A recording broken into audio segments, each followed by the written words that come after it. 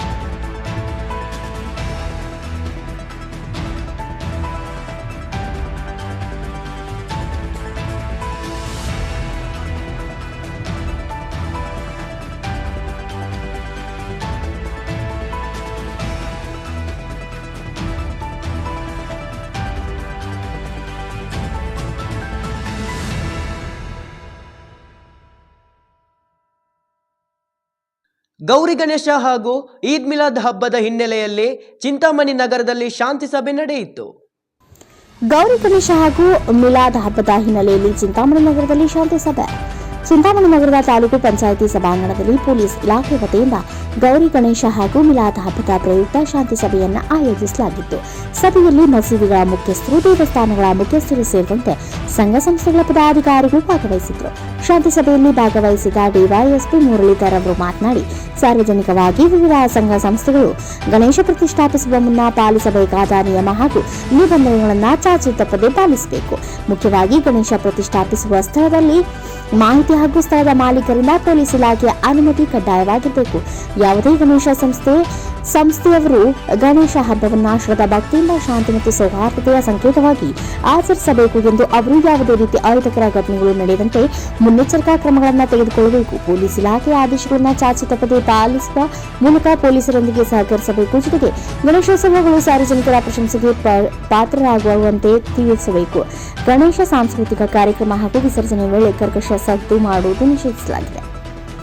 ಹಿರಿಯರ ಅನಾರೋಗ್ಯದಿಂದ ಬಳಲುತ್ತಿರುವ ಸಾರ್ವಜನಿಕರಿಗೆ, ವಿದ್ಯಾರ್ಥಿಗಳಿಗೆ ಯಾವುದೇ ರೀತಿ ತೊಂದರೆಯಾಗದಂತೆ ಮುನ್ನೆಚ್ಚರಿಕಾ ಕ್ರಮವನ್ನು ತೆಗೆದುಕೊಳ್ಳಬೇಕಿದೆ. ಸಾರ್ವಜನಿಕರಿಗೆ ಯಾವುದೇ ಇತರೆ ಕೋಮಿನವರಿಗೆ ತೊಂದರೆಯಾಗದ ರೀತಿಯಲ್ಲಿ ಗಣೇಶೋತ್ಸವಗಳನ್ನು ಆಚರಿಸುವಂತೆ ತಿಳಿಸಿದ ಅವರು, ಮುಸ್ಲಿಂ ಬಾಂಧವರು ಈದ್ ಮಿಲಾದ್ ಹಬ್ಬವನ್ನು ಶಾಂತಿ ಸೌಹಾರ್ದತೆಯಿಂದ ಆಚರಿಸುವಂತೆ ತಿಳಿಸಿದರು. ಈ ಸಂದರ್ಭದಲ್ಲಿ ತಾಲೂಕು ದಂಡಾಧಿಕಾರಿಗಳಾದ ಸುದರ್ಶನ್ ಯಾದವ್, ತಾಲೂಕು ಪಂಚಾಯಿತಿ ಕಾರ್ಯನಿರ್ವಹಣಾಧಿಕಾರಿ ಆನಂದ, ಪೌರಾಯುಕ್ತರಾದ ಚಲಪತಿ, ಸಿಡಿಪಿಒ ಅಧಿಕಾರಿ ಮಹೇಶ್ ಸೇರಿದಂತೆ ಇತರರು ಉಪಸ್ಥಿತರಿದ್ದರು.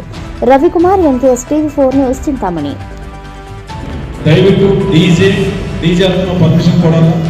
ಎಲ್ಲ ಇವರು ಎನ್ವಿರಾನ್ಮೆಂಟಲ್ ಅವರಿಗೆ ಒಂದು ಲೆಟರ್ ಬರೀ ಎಲ್ಲ ಎಷ್ಟು ವಾಯ್ಸ್ ಡೆಸಿಬಲ್ಸ್ ಇದೆಯೋ ನಾವು ನೋಡ್ತೀವಿ, ಅವಾಗಲೇ ಇಮಿಡಿಯೇಟಾಗಿ ಆ್ಯಕ್ಷನ್ ಮಾಡ್ತೀವಿ. ಯುವಕರಿದ್ದೀರ ರಾತ್ರಿ 10 ಗಂಟೆ ನಂತರ ಮೆರ್ಸಿಲೆಸ್ಲಿ ಯಾವುದೇ ಕಾರಣಕ್ಕೂ ಯಾವ ಸೌಂಡ್ ಇರಬಾರ್ದು.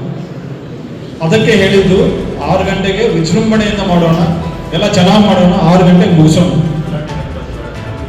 ಗಲಾಟೆ ಬೇಡ. ನಾನು ಅದು ಒಂದೊಂದ್ಸಲ ಬೇಜಾರಾಗ್ತದೆ. ಯಾಕೆಂದ್ರೆ ನಾಗಲೇ ಹೇಳಿದೆ, ಗಣೇಶ ಕೇಳಿದ್ ನಾನು ಒಂದು ಯಾವುದು 2005 ಓಂ ಸಿನಿಮಾನೇ ಬಂದಿತ್ತು. ಆ ಗಣೇಶನ ಕೈಗೆ ಒಂದು ಮಚ್ಚ ಕೊಡ್ತಾರೆ. What is this?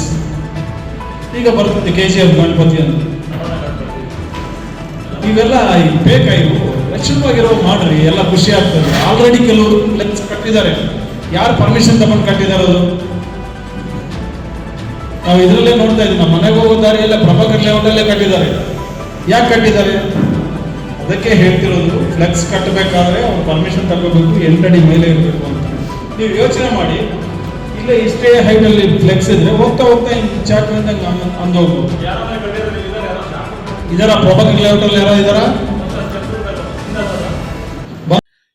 ಶಹಾಪುರದ ಹೊಸೂರು ಗ್ರಾಮದಲ್ಲಿ ಅನಧಿಕೃತ ಕಟ್ಟಡಗಳೇ ಕಾರುಬಾರು.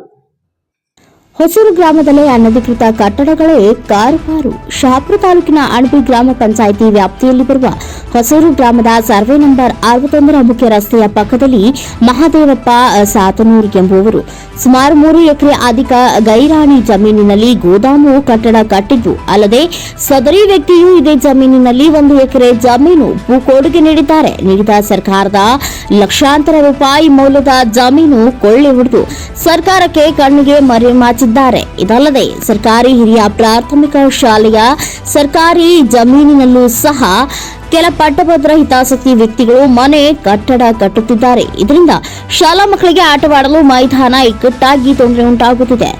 ಭೀಮರಾಯ್ ಹುರಸಗುಂಡಿಗಿ ಇವರು ಗ್ರಾಮದ ಸರ್ವೆ ನಂಬರ್ 60/4, 62/11, 62/22ರಲ್ಲಿ ಭೂಕಬಳಿಕೆ ಮಾಡಿಕೊಂಡಿದ್ದಾರೆ. ಇದಲ್ಲದೆ ಗ್ರಾಮದಲ್ಲಿ 100ಕ್ಕೂ ಹೆಚ್ಚು ಮನೆಗಳು ಅನಧಿಕೃತವಾಗಿ ನಿರ್ಮಾಣ ಮಾಡಿದ್ದಾರೆ. ರುದ್ರಭೂಮಿಗೆ ಮೀಸಲಿಟ್ಟ ಜಾಗದಲ್ಲೂ ಕೂಡ ಅಕ್ರಮವಾಗಿ ಕಟ್ಟಡ ಕಟ್ಟುತ್ತಿದ್ದಾರೆ.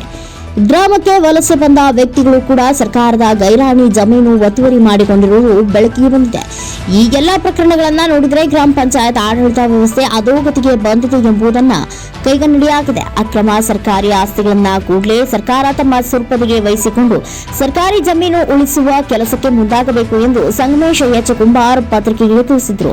ಸಂಬಂಧಪಟ್ಟ ಗ್ರಾಮ ಪಂಚಾಯಿತಿ ಅಧಿಕಾರಿಗಳು ಹಾಗೂ ತಾಲೂಕಾ ದಂಡಾಧಿಕಾರಿಗಳು ನಮಗೂ ಇದಕ್ಕೂ ಯಾವುದೇ ಸಂಬಂಧವಿಲ್ಲದಂತೆ ವರ್ತನೆ ತೋರುತ್ತಿದ್ದಾರೆ. ಗ್ರಾಮಸ್ಥರು ಹಲವು ಬಾರಿ ಸಂಬಂಧಪಟ್ಟವರಿಗೆ ಮೌಖಿಕವಾಗಿ ಹೇಳಿದರೂ ಕೂಡ ಯಾವುದೇ ಕ್ರಮಕ್ಕೆ ಮುಂದಾಗುತ್ತಿಲ್ಲ. ಇಲ್ಲಿನ ಅಧಿಕಾರಿಗಳು ಇಂತಹ ಲಕ್ಷಾಂತರ ಮೌಲ್ಯದ ಜಮೀನು ಕೊಳ್ಳೆ ಹೊಡೆದ ಅನಧಿಕೃತ ವ್ಯಕ್ತಿಗಳ ವಿರುದ್ಧ ಯಾವುದೇ ಕ್ರಮ ಕೈಗೊಳ್ಳದೆ ಇರುವುದು ವಿಪರ್ಯಾಸದ ಸಂಗತಿಯಾಗಿದೆ. ಸರ್ಕಾರದ ಲಕ್ಷಾಂತರ ಮೌಲ್ಯದ ಜಮೀನನ್ನ ಸರ್ಕಾರ ತನ್ನ ಸುರ್ಪದಿಗೆ ವಹಿಸಿಕೊಂಡು ಗ್ರಾಮದ ಅಭಿವೃದ್ಧಿಗೆ ಮುಂದಾಗಬೇಕು ಎಂದು ಕರ್ನಾಟಕ ಕಾರ್ಮಿಕ ರಕ್ಷಣಾ ವೇದಿಕೆ ಟ್ರಸ್ಟ್ ಟ್ರೇಡ್ ಯೂನಿಯನ್ ಜಿಲ್ಲಾಧ್ಯಕ್ಷರಾದ ಸಂಗಮೇಶ್ ಎಚ್ ಕುಂಬಾರ್ ಆಗ್ರಹಿಸಿದ್ದಾರೆ. Amaresh Nayak, NKS TV 4 news, Yadgir. ವಡಗೇರದಲ್ಲಿ ಸಾರ್ವಜನಿಕರ ಮನವಿಗೆ ಸ್ಪಂದಿಸದ ಗ್ರಾಮ ಪಂಚಾಯಿತಿ, ಸಾಬಣ್ಣ ಚಿನ್ನಿ ಆರೋಪ.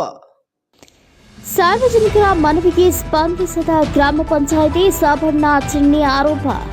ವಡಗೇರ ತಾಲೂಕಿನ ಮುಡಗೇರ ಎಚ್ ಗ್ರಾಮ ಪಂಚಾಯಿತಿ ವ್ಯಾಪ್ತಿಯಲ್ಲಿ ಬರುವ ವಾರ್ಡ್ ನಂಬರ್ 3, 4ರ ಜಾಡ್ರಲ್ಲಿ ಚರಂಡಿಗಳಲ್ಲಿ ಕಸ ಕಡ್ಡಿ ಹಾಗೂ ಎಲ್ಲಾ ಮನೆಗಳ ಶೌಚಾಲಯದ ನೀರು ರಸ್ತೆಯಲ್ಲೆಲ್ಲ ಹರಿದಾಡುತ್ತಿದ್ದು, ಈ ಬಗ್ಗೆ ಗ್ರಾಮ ಪಂಚಾಯಿತಿಗೆ ಸಾಕಷ್ಟು ಸಲ ಮನವಿ ಮಾಡಿಕೊಂಡರೂ ಸಹ ಇನ್ನೂವರೆಗೂ ಹೂಳೆತ್ತುವ ಕೆಲಸ ನಿರ್ವಹಿಸುತ್ತಿಲ್ಲ ಎಂದು ವಡಗೇರ ಗ್ರಾಮೀಣ ತಾಲೂಕಾ ಸಾಬಣ್ಣ ಚಿನ್ನಿ ಹಾಗೂ ಮಹಿಳೆಯರು ಆರೋಪಿಸಿದ್ದಾರೆ. ಗ್ರಾಮ ಪಂಚಾಯಿತಿ ಅಧಿಕಾರಿಗಳು ಈ ವಿಷಯದ ಬಗ್ಗೆ ನಿರ್ಲಕ್ಷಿಸಿರುವುದರಿಂದ ಮೇಲಾಧಿಕಾರಿಗಳಾದ ಕಾರ್ಯನಿರ್ವಾಹಕ ಅಧಿಕಾರಿಗಳು ಹಾಗೂ ಮುಖ್ಯ ಕಾರ್ಯನಿರ್ವಾಹಕ ಅಧಿಕಾರಿಗಳಿಗೂ ಮನವಿ ಸಲ್ಲಿಸಿದ್ರು. ಸಂಬಂಧಪಟ್ಟ ಅಧಿಕಾರಿಗಳು ಕ್ಯಾರೆ ಅನ್ನುತ್ತಿಲ್ಲ ಎಂದು ತಮ್ಮ ಅಳಲಿನ ನಮ್ಮ ಸುದ್ದಿವಾಹಿನಿಗೆ ತಿಳಿಸಿದ್ದಾರೆ. ಇದಲ್ಲದೆ ಗ್ರಾಮ ಪಂಚಾಯಿತಿಯಲ್ಲಿ ಬರುವ ನರೇಗಾ ಇನ್ನಿತರ ಕಾಮಗಾರಿಗಳಿಗೆ ಬಿಲ್ ಪಾಸ್ ಮಾಡಿಕೊಳ್ಳಲು ಸಂಪೂರ್ಣ ನೇರವಾಗಿ 10% ಲಂಚ ಕೇಳುತ್ತಿದ್ದಾರೆ. ಗ್ರಾಮ ಪಂಚಾಯಿತಿ ಸಂಪೂರ್ಣವಾಗಿ ಲಂಚಾವತಾರದಲ್ಲಿ ತೊಡಗಿದ್ದು ಮೇಲ್ನೋಟಕ್ಕೆ ಕಂಡುಬರುತ್ತಿದೆ ಎಂದು ಗ್ರಾಮದ ಹಿರಿಯ ಮುಖಂಡರಾದ ಮಲ್ಲಪ್ಪ ಬಡಿಗೇರ್ ಗ್ರಾಮ ಪಂಚಾಯಿತಿಯ ವಿರುದ್ಧ ಆಕ್ರೋಶ ವ್ಯಕ್ತಪಡಿಸಿದ್ದಾರೆ. ಗ್ರಾಮಸ್ಥರ ಹಿತ ಕಾಪಾಡುವ ಗ್ರಾಮ ಪಂಚಾಯಿತಿ ಅಧಿಕಾರಿಗಳೇ ಸಾರ್ವಜನಿಕರ ಕಷ್ಟಗಳಿಗೆ ಸ್ಪಂದಿಸದೇ ಇರುವುದು ಆಡಳಿತ ವೈಖರಿಯ ಬಗ್ಗೆ ಪ್ರಶ್ನೆ ಮಾಡುವಂತಾಗಿದೆ ಎಂದು ಅವರು ನುಡಿದರು. ಈಗಾಗಲೇ ಡೆಂಗ್ಯೂ, ಮಲೇರಿಯಾದಂತಹ ಸಾಂಕ್ರಾಮಿಕ ರೋಗ ರುಜಿನಗಳು ಹೆಚ್ಚಾಗಿದ್ದು ಆದಿಕ ಸೊಳ್ಳೆಯಿಂದ ಇಂತಹ ಕಾಯಿಲೆಗಳು ಬರುವ ಸಾಧ್ಯತೆ ಇರುತ್ತದೆ. ಚರಂಡಿ ಹೂಳೆತ್ತುವ ಕೆಲಸ ನಿರ್ವಹಿಸದೆ ಹೊಲದಲ್ಲಿ ಮುಂದಿನ ದಿನದಲ್ಲಿ ವಾರ್ಡ್ನ ಎಲ್ಲ ನಾಗರಿಕರು ಸೇರಿಕೊಂಡು ಪಂಚಾಯಿತಿಗೆ ಬೀಗ ಮುದ್ರಿಕೆ ಹಾಕಿ ಪ್ರತಿಭಟಿಸಲಾಗುವುದು ಎಂದು ಇದೇ ಸಂದರ್ಭದಲ್ಲಿ ಅವರು ಹೇಳಿದರು. ಕ್ಯಾಮರಾಮ್ಯಾನ್ ಲಾಲ್ ಸಿಂಗ್ ಜೊತೆ Shivu Rathod, NKS TV 4 news, Yadgir.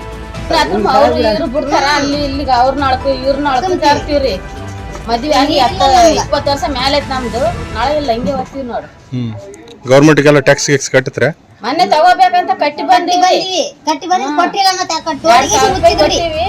ಅವ್ರು ಏನಂತಾರ, ಆ ಕಡ್ಲಿಂದ ಬರೋದಿಲ್ಲಮ್ಮ, ಈ ಕಡೆ ತಗೋರಿ ಅಂತಾರ. ನೀರು ಯಾರು ಹೇಳ್ಯಾರಮ್ಮ ನಿಮ್ಗೆ? ಯಾರು ಹೇಳ್ಯಾರ? ಪಂಚಾಯತ್ ಅವ್ರು ಈ ಕಳ್ಳಿಂದ ತಗೋರಮ್ಮ, ಆ ಕಳ್ಳಿಂದ ಏರೋದಿಲ್ಲ ಅಂತಾರ. ಮತ್ತೆ ನಿಮ್ಮ ನಲ್ಲ ಹಾಕ್ಸ್ಕೊಡಕ್ ಏನಂದ್ರೆ ನಲ್ಲ ಅನ್ನಕ್ಕೆ ನಲ್ಲಗಿಲ್ಲ ಇಲ್ರಿ, ಕಳ್ಳಿಂದ ತಗೊಂತಿ ಕೊಡ್ರಿ ಅಂದ್ರೆ ತೋಡಕ್ ಹಚ್ಚಿದ್ರು, ತೋಡಿದ್ ಮತ್ತೆ ಮುಚ್ಚಿದ್ರಿ. ಅಲ್ಲಿ ಕೊಡಕ್ಕಿಲ್ಲ, ಈ ಕಡೆಯಿಂದ ತಗೋರಿ ಅಂತ. ಯಾಕೆ ಮುಚ್ಚಿದ್ರು ಅಂದ್ರೆ ನಿಮ್ಗೆ ಅಲ್ಲಿಂದ ತಗೋದ್ ಬೇಡ, ಇಲ್ಲಿಂದ ತಗೊಂತ ಈ ಕಡೆ ತಗೋರಿ ಅಂತ. ಈ ಕಡೆಗೆ ಬರಕಿಲ್ಲ ಅಂತ ಆ ಕಡೆ ತೋಡಿದೀವಿ ನಾವು. ಈ ಕಡೆ ನೀರ್ ಈ ಕಡೆಗೆ ಬರ್ತಾ, ಈ ಕಡೆಗೆ ತಗೋರಿ ಅಂತಾರ. ಮತ್ತೇನ್ ಸಮಸ್ಯೆ? ಬಾಳ ಕಷ್ಟ ಆಗಿದ್ರ ಅದ ಹೆಂಗನ ಮಾಡ್ಕೊಂಡು. ನೀರಿಂದೇ ಕಷ್ಟ, ಕೌಲಿ ಇಲ್ಲ, ಬಾತ್ರೂಮ್ ಇಲ್ಲ. ಏನ್ ಮಾಡಮ್? ಈ ಸರ್ಸಾಯ್ತು, ಒಂದು ಮನೆ ಇಲ್ಲ, ಯೋದಿಲ್ಲ, ಬರೀ ದುಡಿಬೇಕು, ತಿನ್ಬೇಕು, ಇಷ್ಟೇ ಅದ. ಏನ್ ಮಾಡ? ಏನಮ್ಮ ನಿನ್ನ ಹೆಸರು? ನಿನ್ನ ಹೆಸರಮ್ಮ? ಶ್ರೀನಿವಾಸಪುರದಲ್ಲಿ 25 ವರ್ಷಗಳ ಹಿಂದೆ ಶಿಥಿಲಾವಸ್ಥೆಗೆ ತಲುಪಿದ್ದ ಮಾನವ ಸಂಪನ್ಮೂಲ ಕೇಂದ್ರ, ಹೊಸ ಕಟ್ಟಡದಲ್ಲಿ ಕಚೇರಿ, CRP ಚೆನ್ನಪ್ಪ ಸ್ಪಷ್ಟನೆ. 25 ವರ್ಷಗಳ ಹಿಂದೆಯೇ ಶೀತಲಾವಸ್ಥೆಗೆ ತಲುಪಿದ ಮಾನವ ಸಂಪನ್ಮೂಲ ಕೇಂದ್ರ, ಹೊಸ ಕಟ್ಟಡದಲ್ಲಿ ಕಚೇರಿ, CRP ಚೆನ್ನಪ್ಪ ಸ್ಪಷ್ಟನೆ. ಕೋಲಾರ ಜಿಲ್ಲೆಯ ಶ್ರೀನಿವಾಸಪುರ ತಾಲೂಕಿನ ದಳಸನೂರು ಮಾನವ ಸಂಪನ್ಮೂಲ ಕೇಂದ್ರದಲ್ಲಿ ಖಾಸಗಿ ದಿನಪತ್ರಿಕೆಯಲ್ಲಿ ಅನೈತಿಕ ಚಟುವಟಿಕೆಗಳಿಗೆ ಹಳೆ ಮಾನವ ಸಂಪನ್ಮೂಲ ಕೇಂದ್ರದಲ್ಲಿ ಅನೈತಿಕ ಚಟುವಟಿಕೆಗಳು ನಡೆಯುತ್ತಿವೆ ಎಂದು ಸುದ್ದಿ ಬಿತ್ತರವಾಗಿತ್ತು. ಇದಕ್ಕೆ ಸುದ್ದಿಗಾರರೊಂದಿಗೆ ಮಾತನಾಡಿದ CRP ಚೆನ್ನಪ್ಪ, ಹಳೆ ಕಟ್ಟಡ 25 ವರ್ಷಗಳ ಹಿಂದೆಯೇ ಪೂರ್ತಿ ಕಟ್ಟಡ ಶೀತಲಾವಸ್ಥೆಗೆ ತಲುಪಿದ್ದು, ನಾನು ಬಂದ ನಂತರ 2 ವರ್ಷಗಳ ಹಿಂದೆಯೇ ಅಂದಿನ ಕ್ಷೇತ್ರ ಶಿಕ್ಷಣಾಧಿಕಾರಿಗಳು ಉಮಾದೇವಿ ಅವರನ್ನ ವಿನಂತಿಸಿಕೊಂಡು ಪ್ರೌಢಶಾಲಾ ಆವರಣದಲ್ಲಿ ಇರುವಂತಹ ಕೊಠಡಿಗಳನ್ನು ಪಡೆದು ಸಣ್ಣ ಪುಟ್ಟ ರಿಪೇರಿ ಮಾಡಿಸಿ ಕಚೇರಿಯನ್ನ ಪ್ರಾರಂಭಿಸಿದ್ದು, ನನ್ನ ವ್ಯಾಪ್ತಿಗೆ ಬರುವ ಎಲ್ಲ ಶಾಲೆಗಳ ಮಾಹಿತಿ ಇರುವವೆಲ್ಲ ಸಂಗ್ರಹ ಮಾಡಿದ್ದೇನೆ. ಸಮಸ್ಯೆ ಬಂದರೆ ಸ್ಥಳದಲ್ಲಿಯೇ ಪರಿಹಾರ ಒದಗಿಸುವ ಕಾರ್ಯವನ್ನ ಮಾಡುತ್ತಿದ್ದೇನೆ. ಆದರೆ ನನ್ನ ಮೇಲೆ ರಾಜಕೀಯ ದುರುದ್ದೇಶದಿಂದ ಅಪಪ್ರಚಾರ ಮಾಡುತ್ತಿದ್ದು, ನನ್ನ ಮೇಲೆ ಇಲ್ಲ ಸಲ್ಲದ ಆರೋಪಗಳನ್ನ ಮಾಡುತ್ತಿದ್ದು, ದಳಸನೂರು ಮಾನವ ಸಂಪನ್ಮೂಲ ಕೇಂದ್ರ ತಾಲೂಕಿನ 26 ಪಂಚಾಯಿತಿಗಳ ಪೈಕಿ ನಮ್ಮ ಕೇಂದ್ರ ಮಾದರಿಯಾಗದೆ ಮಕ್ಕಳ ಶೈಕ್ಷಣಿಕ ಪ್ರಗತಿಗೋಸ್ಕರ ಪ್ರಾಮಾಣಿಕ ಪ್ರಯತ್ನ ಮಾಡುತ್ತಿದ್ದೇನೆ. 25 ವರ್ಷಗಳ ಹಿಂದೆ ಶೀತಲಗೊಂಡ ಕಟ್ಟಡವನ್ನ ನಾನು ಹೇಗೆ ಸರಿಪಡಿಸಲಿ? ನಾನು 2 ವರ್ಷಗಳ ಹಿಂದೆ ಬಂದವನು. ನನಗಿಂತ ಹಳೆಯ CRPಗಳು ಸುಮಾರು ಜನ ಬಂದು ಅವರು ಮಾಡದ ಕೆಲಸ ನಾನು ಹೇಗೆ ಮಾಡಲಿ? ನನ್ನ ಮೇಲೆ ಪತ್ರಿಕೆಯಲ್ಲಿ ಪ್ರಕಟವಾದ ಸುದ್ದಿ ಸತ್ಯಕ್ಕೆ ದೂರವಾದದ್ದು ಎಂದು CRP ಚೆನ್ನಪ್ಪ ಸ್ಪಷ್ಟನೆ ನೀಡಿದ್ದಾರೆ. Venkat, NKS TV 4 news, Kolar.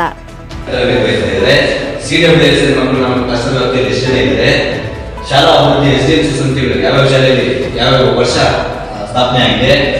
ವಿದ್ಯಾರ್ಥಿಗಳ ಹಾಜರಾತಿ ದಾಖಲಾತಿ ಪ್ರತಿ ತಿಂಗಳು ಮಾನ್ಯ ಹೊರಡಿಸುತ್ತೆ. ಶಾಲಾ ಆಸ್ತಿಗಳಿಗೆ ಸಂಬಂಧಪಟ್ಟಾಗಿ ಪಹಣಿ ಸಮೇತ ಯಾವ ಶಾಲೆಯಲ್ಲಿ ಎಷ್ಟು ಎಕರೆ ಇದೆ ಪಹಣಿ ಸಮೇತ ಇಲ್ಲಿ ನಾನು ವಿಷಯವನ್ನು ಸಂಗ್ರಹಣೆ ಮಾಡಿದ್ದೀನಿ. ಮತ್ತೆ ಉಚಿತ ಪಠ್ಯಪುಸ್ತಕ ಮತ್ತು ವಿತರಣೆ ಪ್ರತಿ ವರ್ಷ ಮಕ್ಕಳಿಗೆ ಕೊಡ್ತಕ್ಕಂಥ ದಾಖಲೆಗಳ ನಿರ್ವಹಣೆ ಮಾಡಿದ್ದೀನಿ. ಶಾಲಾ ಸಾಮಾನ್ಯ ಮಾಹಿತಿ ಪ್ರತಿ ಶಾಲೆ ಎಷ್ಟು ಕೊಠಡಿಗಳಿದೆ, ಆ ಕೊಠಡಿಗಳಲ್ಲಿ ಏನೇನು ಮೂಲಭೂತ ಸೌಕರ್ಯಗಳಿದೆ ಅಂತಕ್ಕಂಥ ಮಾಹಿತಿಯನ್ನು ಸಂಗ್ರಹಣೆ ಮಾಡಿದ್ದೀನಿ. ಮಾಹೆಯವರು ಕ್ಲಸ್ಟರ್ವರು ಸ್ಟ್ರೆಂತ್ ಎಷ್ಟಿದೆ, ಯಾವ ಶಾಲೆಯಲ್ಲಿ ಎಷ್ಟು ಮಕ್ಕಳಿದೆ ಅಂತ ಮಾಡಿದ್ದೀನಿ. ಉಚಿತ ಸಮವಸ್ತ್ರ ಕೊಡ್ತಕ್ಕಂಥದ್ದು ಮಾಹಿತಿಯನ್ನು ಸಂಗ್ರಹಣೆ ಮಾಡಿದ್ದೀನಿ. ಆಮೇಲೆ ಶಿಕ್ಷಕರು ಯಾವ್ಯಾವ ಶಿಕ್ಷಕರಿಗೆ ಯಾವ್ಯಾವ ತರಬೇತಿ ಆಗಿದೆ, ಯಾವ ವರ್ಷ ತರಬೇತಿ ಆಗಿದೆ ಅದು ಮಾಹಿತಿ ಸಂಗ್ರಹಣೆ ಮಾಡಿದ್ದೀನಿ. ಮತ್ತೆ ಪ್ರತಿ ಶಾಲೆಯ ಯಾವ ವರ್ಷ ಶಾಲೆ ಪ್ರಾರಂಭ ಆಯಿತು, ಆ ಶಾಲೆಯ ಡೈಸ್ ಸಂಖ್ಯೆ ಏನು, ಯೂಸರ್ ಐಡಿ ಏನು, ಪಾಸ್ವರ್ಡ್ ಏನು, ಎಲ್ಲ ಮಾಹಿತಿಗಳನ್ನ ಕೂತಲ್ಲಿ ನಮ್ಮ ಕ್ಲಸ್ಟರ್ 13 ಶಾಲೆಗಳ ಮಾಹಿತಿನ ವಿತಿನ್ 5 ನಿಮಿಷಗಳಲ್ಲಿ ನಾನು ಇಲ್ಲಿ ಬೇಕಾದ್ರೆ ಮಾಡ್ತೀನಿ. ದಳಸ್ನೂರು ಸಮೂಹ ಸಂಪನ್ಮೂಲ ವ್ಯಕ್ತಿಯಾಗಿ ಸುಮಾರು 2 ವರ್ಷ 3 ತಿಂಗಳಿಂದ ಕೆಲಸ ಮಾಡ್ತಾ ಇದ್ದೀನಿ. ಅಲ್ಲಿ ಇರ್ತಕ್ಕಂಥ ಹಳೆ ಕಟ್ಟಡ ಸಮೂಹ ಸಂಪನ್ಮೂಲ ಕೇಂದ್ರ ಅದು ಶಿಥಿಲಾವಸ್ಥೆಯಾಗಿ ಸುಮಾರು 25 ವರ್ಷಗಳು ಕಳೆದಿತ್ತು. 25 ವರ್ಷಗಳ ಕಳೆದಿದ್ದು ಮೊದಲು ನಾಣಸ್ವಾಮಿ ಅಂತ ಒಬ್ಬ CRPಗಳಿದ್ದರು. ಅವರು 4ನೇ CRP 20 ವರ್ಷಗಳ ಹಿಂದಿನ CRP ಅವರು ಆದಮೇಲೆ ಅದ್ರ ಮೊದಲೇ ಅದು ಶಿಥಿಲ ಆಗಿದೆ. ಅವರಾದ ನಂತರ ತಿಪ್ಪಣ್ಣ ಅಂತ CRP ಬಂದರು, ನಾರಾಯಣ ಸ್ವಾಮಿ ಅಂತ CRP ಬಂದರು, ಮತ್ತು ಮಂಜುನಾಥ್ ಅಂತ CRP ಬಂದರು, ವೆಂಕಟಾಚಲಪತಿ ಅಂತ CRP ಬಂದರು. 4 CRPಗಳಾದ್ಮೇಲೆ ನಾನು ಬಂದಿದ್ದೆ. 5 CRPಗಳು ಆ ಕಟ್ಟಡದ ಮುಖನೇ ನೋಡಿಲ್ಲ. ನಾನು ಬಂದ ಮೇಲೆ CRP ಕಟ್ಟಡ ಇರಲಿಲ್ಲ. ಆಗಿನ ಕ್ಷೇತ್ರ ಶಿಕ್ಷಣಾಧಿಕಾರಿಗಳು ಶ್ರೀಮತಿ ಉಮಾದೇವಿ ಮೇಡಮ್ನ ಕೇಳಿದಾಗ ದಳಸ್ನೂರು ಪಂಚಾಯಿತಿಯಲ್ಲಿ ದಳಸ್ನೂರು ಪ್ರೌಢಶಾಲೆಯಲ್ಲಿ ಒಂದು ಸುಮಾರು ಕೊಠಡಿಗಳು ಖಾಲಿ ಇದ್ದು ಆ ಮೇಡಮ್ನವ್ರಿಗೆ ನಾನು ಅರ್ಜಿ ಕೊಟ್ಟು ಸರ್ಕಾರಿ ಪ್ರೌಢಶಾಲೆಯ ಮುಖ್ಯ ಶಿಕ್ಷಕರಿಗೆ ಹೇಳಿದಾಗ ಮುಖ್ಯ ಶಿಕ್ಷಕರು ನನಗೆ ಈ ಕೊಠಡಿಯನ್ನು ಬಿಡುಗಡೆ ಮಾಡಿಕೊಟ್ಟಿರ್ತಾರೆ. ನಾನು 2022ರಲ್ಲಿ ಈ ಕೊಠಡಿಗೆ ಬಂದು ಗ್ರಾಮ ಪಂಚಾಯತಿಯವರ ಸಹಕಾರವನ್ನು ಪಡ್ಕೊಂಡು ಈ ಕೊಠಡಿಗೆ ಸುಣ್ಣ ಬಣ್ಣವನ್ನು ಬಳಿದುಕೊಂಡು ಅವತ್ತಿನಿಂದ 2 ವರ್ಷಗಳಿಂದ ನಾನು ನನ್ನ ಕ್ಲಸ್ಟರ್ಗೆ ಸಂಬಂಧಪಟ್ಟಂಥ ಪ್ರತಿ ಮೀಟಿಂಗು ಸಹ ಇಲ್ಲೇ ಮಾಡ್ತಾಯಿದ್ದೀನಿ. ಈ ಒಂದು ಕಟ್ಟಡದಲ್ಲಿ ಈ ಒಂದು ನನ್ನ CRC ಸೆಂಟರ್ ನೋಡೋದಕ್ಕೆ ಡಯಟ್ನ ಹಿರಿಯ ಉಪನ್ಯಾಸಕತೆ ಉಮಾ ಮೇಡಮ್ನವರು ಬಂದಿದ್ದಾರೆ, ಡಯಟ್ನ ಉಪನ್ಯಾಸಕರು ಅಶೋಕ್ ಸರ್ ಬಂದಿದ್ದಾರೆ, ನಮ್ಮ ಕ್ಷೇತ್ರ ಶಿಕ್ಷಣಾಧಿಕಾರಿಗಳಾಗಿರ್ತಕ್ಕಂಥ ಶ್ರೀಮತಿ ಉಮಾದೇವಿ ಮೇಡಮ್ ಬಂದಿದ್ದಾರೆ, ನಮ್ಮ ಪ್ರಸ್ತುತ ಕ್ಷೇತ್ರ ಸಮನ್ವಯಾಧಿಕಾರಿಗಳಾಗಿರ್ತಕ್ಕಂತಹ ವಸಂತ ಮೇಡಮ್ನವರು ಬಂದಿದ್ದಾರೆ, BRPಗಳು ECOಗಳೆಲ್ಲ ಬಂದು ಸಂದರ್ಶನ ಬುಕ್ಕಲ್ಲಿ ವರದಿ ಕೂಡ ಬರೆದಿರ್ತಾರೆ. ನಿನ್ನೆ ಒಂದು ಯಾವುದೋ ಒಂದು ಪತ್ರಿಕೆಯಲ್ಲಿ CRC ಕೇಂದ್ರ ಹಾಳಾಗಿದ್ದು CRPಗಳ ನಿರ್ಲಕ್ಷ್ಯತನದಿಂದ ಆ ಒಂದು ಕೊಠಡಿ ಹಾಳಾಗಿದೆ, ಇದು ಈಗ ಅದು ಅನೈತಿಕ ಚಟುವಟಿಕೆಗಳನ್ನು ತೊಡಗಿಸ್ಕೊಳ್ತಾ ಇರೋ ಸುದ್ದಿ ಮಾಡಿದಾಗ ನನಗೆ ಬಹಳ ನೋವಾಗಿದೆ. ಯಾಕಂತಂದರೆ ನೀವು ಸಹ ವಾಸ್ತವಾಂಶ ನೋಡಿದಿರಿ. 25 ವರ್ಷಗಳಿಂದ ಹಾಳು ಬಿದ್ದಿರ್ತಕ್ಕಂಥ ಕೊಠಡಿನ ನಾನು ಯಾವ ರೀತಿ ಸರಿ ಮಾಡೋಕ್ಕೆ ನಾನು ಹೆಂಗಾಗ್ತದೆ, ಅದಕ್ಕೆ ನಾನು ಹೊಣೆ ಹೆಂಗಾಗ್ತೀನಿ? ನಾನು ಹಿಂದಿನ 4 ಜನ CRPಗಳು ಹೊಣೆ ಆಗಿರಬೇಕಲ್ವಾ? ನಾನು ಬಂದ ಮೇಲೆ ನನ್ನ ಜವಾಬ್ದಾರಿಯನ್ನು ವಹಿಸ್ಕೊಂಡು ನಾನೇನು ಮಾಡಿದೆ, ಕೊಠಡಿಯನ್ನು ಮಾಡ್ಕೊಂಡಿದ್ದೀನಿ. ಕೊಠಡಿ ಮಾಡಿಕೊಂಡು ಏನು ಅದಕ್ಕೆ ಕೊಠಡಿಗೆ ಏನು ಸಿದ್ಧತೆಗಳು ಬೇಕು ಎಲ್ಲ ಮಾಡ್ಕೊಂಡಿದ್ದೀನಿ. ಮೇಲಾಧಿಕಾರಿಗಳ ಗಮನಕ್ಕೂ ತಂದಿದ್ದೀನಿ. ಇಲಾಖೆಯ ಅಧಿಕಾರಿಗಳು ಬಂದು ಇದನ್ನು ಇದು ಮಾಡಿದ್ದಾರೆ. ನಾನು ಪ್ರತಿ ತಿಂಗಳು ಕೂಡ ಇಲ್ಲಿ ಸಭೆ ಸಮಾರಂಭಗಳನ್ನು ಮಾಡ್ತಾಯಿದ್ದೀನಿ. ನನ್ನ ಇಲಾಖೆಗೆ ಸಂಬಂಧಪಟ್ಟ ಹಾಗೆ 13 ಶಾಲೆಗಳು ಬರುತ್ತೆ ಈ ಒಂದು ನನ್ನ ಪಂಚಾಯಿತಿ ವ್ಯಾಪ್ತಿಗೆ. 13 ಶಾಲೆಗಳ ಸಂಪೂರ್ಣ ಮಾಹಿತಿ, ಮಕ್ಕಳ ಮಾಹಿತಿ ಬೇಕಾ, ಶಿಕ್ಷಕರ ಮಾಹಿತಿ ಬೇಕಾ, ಕಟ್ಟಡ ಮಕ್ಕಳ ಮಾಹಿತಿ ಬೇಕಾ, ಪ್ರತಿಯೊಂದು ಮಾಹಿತಿ ಕೂಡ ನಾನು ಫಿಂಗರ್ ಟಿಪ್ಸಲ್ಲಿ ನಾನು ಇಲ್ಲೇ ಕೂತ್ಕೊಂಡು ವಿತಿನ್ 5 ಮಿನಿಟ್ಸಲ್ಲಿ ಯಾವುದು ಶಾಲೆಗೆ ಬೇಕಾಗಿರ್ತಕ್ಕಂಥ ಮಾಹಿತಿಯನ್ನು ಕೂಡ ನಾನು ಸಂಗ್ರಹ ಮಾಡಿ ಇಟ್ಕೊಂಡಿದ್ದೀನಿ.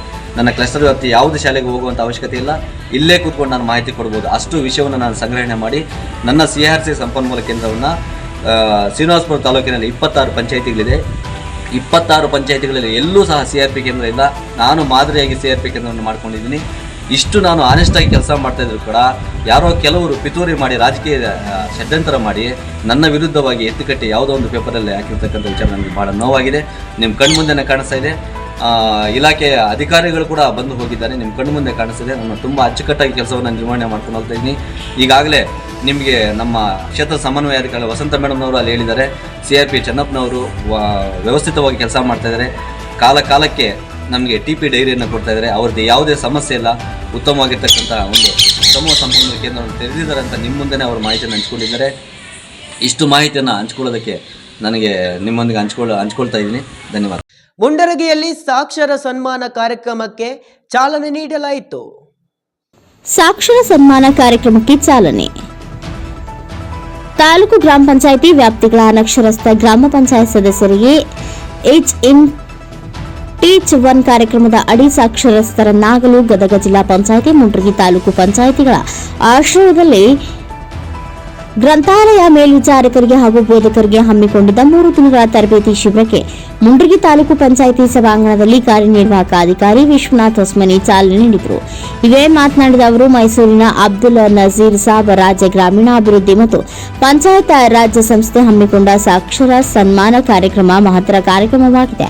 ಅನಕ್ಷರಸ್ಥ ಗ್ರಾಮ ಪಂಚಾಯಿತಿ ಸದಸ್ಯರು ಸಾಕ್ಷರರಾದರೆ ಅನ್ಯಾಯ ತಾರತಮ್ಯಗಳ ವಿರುದ್ಧ ಧ್ವನಿ ಎತ್ತಿ ತಮ್ಮ ಹಕ್ಕುಗಳನ್ನು ತಿಳಿದುಕೊಳ್ಳಲು ಸಹಕಾರಿ ಎಂದು ಹೇಳಿದರು. ಈ ನಿಟ್ಟಿನಲ್ಲಿ 3 ದಿನ ತರಬೇತಿ ಪಡೆದ ತಾಲೂಕು ಗ್ರಂಥಾಲಯ ಮೇಲ್ವಿಚಾರಕರು ಹಾಗೂ ಬೋಧಕರು ಅನಕ್ಷರಸ್ಥ ಗ್ರಾಮ ಪಂಚಾಯತ್ ಸದಸ್ಯರಿಗೆ ತರಬೇತಿ ನೀಡಿ ಸಾಕ್ಷರರನ್ನಾಗಿಸಿದರೆ ಇದು ಗ್ರಾಮಗಳ ಅಭಿವೃದ್ಧಿಗೆ ಉತ್ತಮ ಕೊಡುಗೆ ನೀಡಿ ಸಾಮಾಜಿಕ ಜವಾಬ್ದಾರಿ ನಿರ್ವಹಿಸದಂತೆ ಎಂದು ಅಭಿಪ್ರಾಯಪಟ್ಟರು.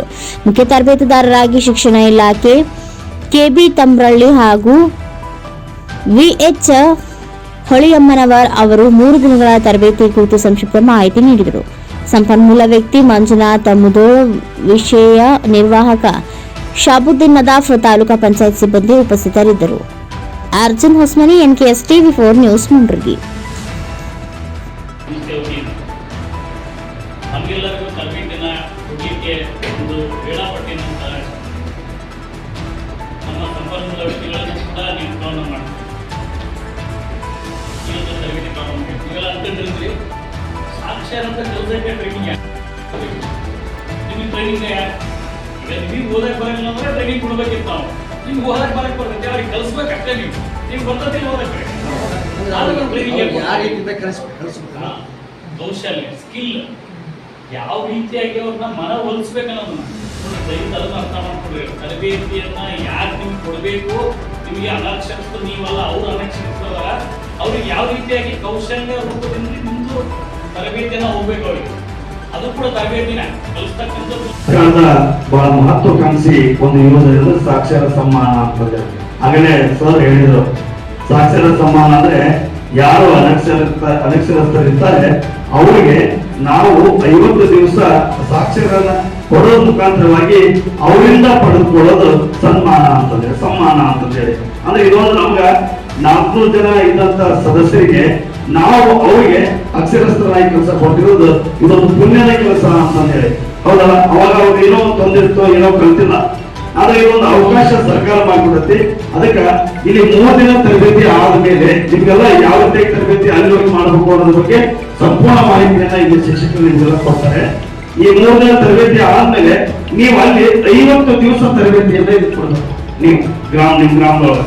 ಅದು ಮಾನವನ ಜೀವನಕ್ಕೆ ದುಡಿಮೆ ಎಷ್ಟು ಮುಖ್ಯವೋ ಆರೋಗ್ಯದ ಕಾಳಜಿಯೂ ಅಷ್ಟೇ ಮುಖ್ಯ. ಶ್ರೀ ಬಸವನಗೌಡ ಅಮತ್ತೇಗೌಡರ ಹೇಳಿಕೆ ನೀಡಿದರು. ಪ್ರಾಥಮಿಕ ಕೃಷಿ ಪತ್ತಿನ ಸಹಕಾರ ಸಂಘ ನಿಯಮಿತ ಮಾಡಲಗೆರೆ ತಾಲೂಕು ರೋಣ ಇವರ ಸಂಯುಕ್ತಾಶ್ರಯದಲ್ಲಿ ಕಾರ್ಯಕ್ರಮವನ್ನು ಶ್ರೀ ಬಸವನಗೌಡ ಮಾತೇಗೌಡರ ಅವರ ನೇತೃತ್ವದಲ್ಲಿ ಉಚಿತ ಆರೋಗ್ಯ ತಪಾಸಣಾ ಶಿಬಿರವನ್ನು 3 ದಿನಗಳ ಕಾಲ ನೆರವೇರಿಸಿದರು. ಮಾನವನ ಜೀವಕ್ಕೆ ದುಡಿಮೆ ಎಷ್ಟು ಮುಖ್ಯವೋ ಆರೋಗ್ಯದ ಕಾಳಜಿಯೂ ಅಷ್ಟೇ ಮುಖ್ಯ. ಶ್ರೀ ಬಸವನಗೌಡ ಅಮಾತೇಗೌಡರ್ ಮಾಡಲಗೆರೆ ಗ್ರಾಮ, BS ಬೇಲೇರಿ ಗ್ರಾಮ ಮತ್ತು ಬಸರಕೋಡ ನೈನಾಪುರ ಗ್ರಾಮಗಳಲ್ಲಿ ಸುಮಾರು 1000ಕ್ಕೂ ಹೆಚ್ಚು ಜನ ತಮ್ಮ ಆರೋಗ್ಯ ತಪಾಸಣೆಯನ್ನು ಮಾಡಿಸಿಕೊಂಡರು.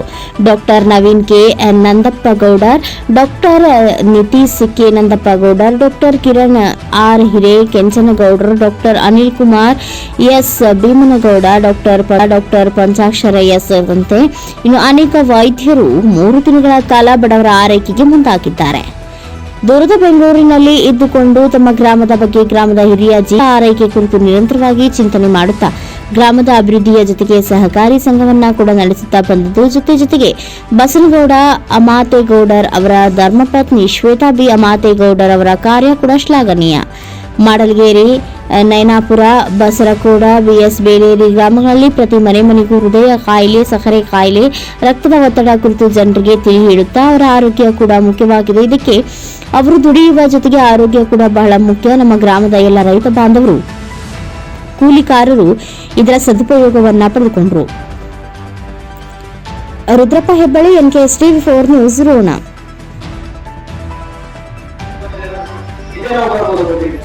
ಎಲ್ಲರಿಗೂ ಬರ್ಬೇಕಂತಾನೆ ಇಲ್ಲ. ಕೆಲವೊಬ್ಬರಿಗೆ ದೊಡ್ಡ ಬರ್ತದೆ, ಎಲ್ಲ ಕೆಲವೊಬ್ಬರಿಗೆ ಬರ್ತದೆ, ಮತ್ತೆ ಕೆಲವೊಬ್ಬರಿಗೆ ಬಹಳ ಸ್ಪೆಸಿಫಿಕ್ ಅಂದ್ರೆ ಕೆಲವೊಬ್ಬರಿಗೆ ಈ ಎಡಗೈ ನೋವು ಬರುತ್ತೆ ಅಂತ ಹೇಳ್ತಾರೆ. ಎದೆನೋ ಇಲ್ಲಿಂದ ಬಂದ್ಬಿಟ್ಟು ಈ ಕಡೆ ಹೋಗುತ್ತೆ, ಎದೆ ನೋವು ಬರುತ್ತೆ. ಅದು ನೋವು ಮತ್ತೆ ಕೆಲವೊಬ್ಬರಿಗೆ ಏನು ಹೇಳಕ್ ಆಗ್ತಿಲ್ಲ.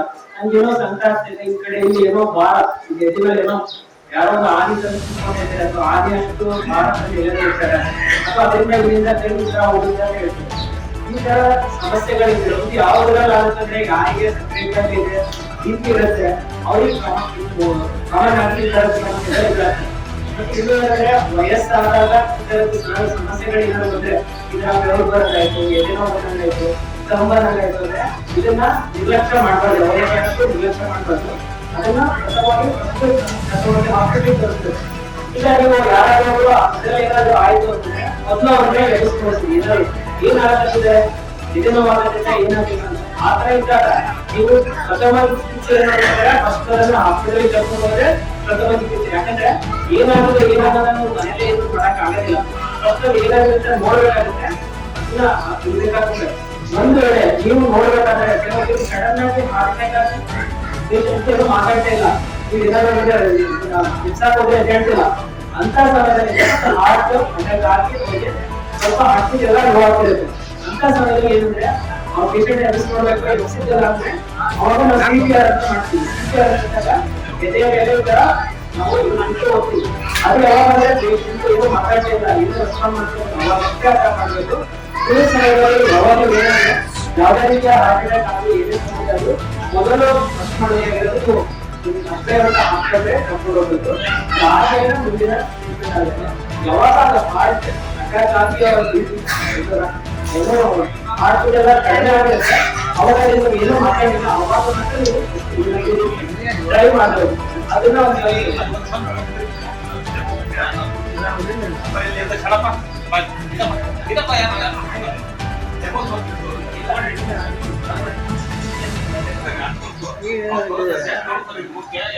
ಹಾರ್ಟ್ ಅಟ್ಯಾಕ್ ಆದಾಗ ಬದುಕಿಸ್ಬೋದು, ಯಾವುದೇ ಮನುಷ್ಯನ ಬದುಕಿಸಲು ಅವಕಾಶ ಇರುತ್ತೆ.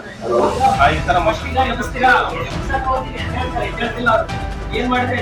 ಯಾವತ್ತು ಪತ್ರಕರ್ತ ಬಂಧುಗಳು ಬಂದಿದ್ದರೆ ಬಂದು ತಮ್ಮ ಒಂದು ಕಾರ್ಯವನ್ನು ನಿರ್ವಹಿಸಬೇಕಂತೆ ಸಮ್ಮೇಳನದಲ್ಲಿ ನಾನು ಕರ್ತವ್ಯದಿಂದ ವಿನಂತಿಸಿಕೊಳ್ತಾ ಇದ್ದೇನೆ.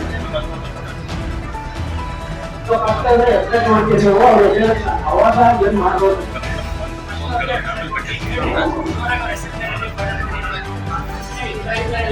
ಬೈಕ್ ಕೊಡ್ರಿ ಅವ್ರಿಗೆ.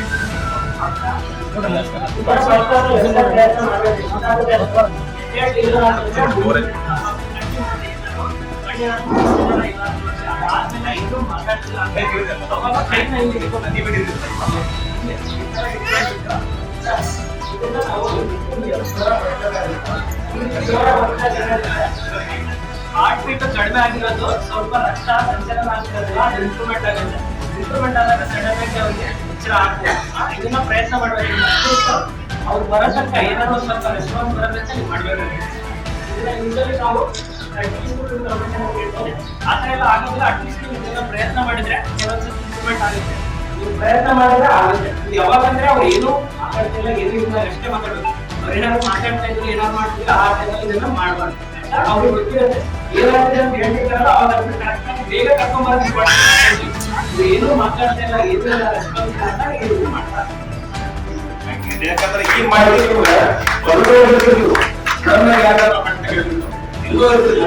ಆ ಟೈಮಲ್ಲಿ ನೀವು ಬೆಳೆಗಾರರಾಗಿ ಮಾತಾಡ ಪ್ರಯತ್ನ ಮಾಡಿ. ಆಮೇಲೆ ಡಾಕ್ಟರ್